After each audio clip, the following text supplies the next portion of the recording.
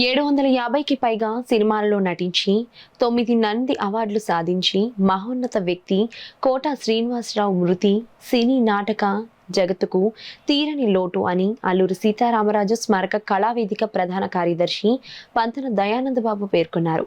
కాకినాడ దంటు కళాక్షేత్రంలో జరిగిన అల్లూరి సీతారామరాజు నాటక పరిషత్ ఎగ్జిక్యూటివ్ కమిటీ సమావేశంలో ప్రముఖ సినీ క్యారెక్టర్ ఆర్టిస్ట్ కోట శ్రీనివాసరావు మృతికి ప్రగాఢ సంతాపం తెలియజేస్తూ 2 నిమిషాలు మౌనం పాటించారు. ఈ కార్యక్రమంలో గౌరవ అధ్యక్షులు కర్రి బామిరెడ్డి, అధ్యక్షులు కర్రి అచ్యుతరామరెడ్డి, ఉపాధ్యక్షులు ఎస్విఎస్ఎన్ మూర్తి, SV Bapiraju, treasurer Nookaraju, TVSN Reddy, పలువురు సభ్యులు పాల్గొన్నారు. ముందుగా ఈ కార్యక్రమాన్ని ముగించే ముందు సుప్రసిద్ధ క్యారెక్టర్ నటుడు,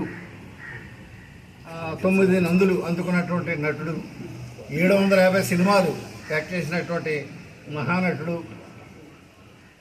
కోట శ్రీనివాసరావు గారు అందరికీ కూడా, తెలుగువాడికి అందరికీ కూడా సుపరిచితులు. వారు ఈ రోజున తెల్లవారుజామున 4 గంటలకి పోయారు. తెలుగు విజ్ఞాన సమితి బెంగళూరు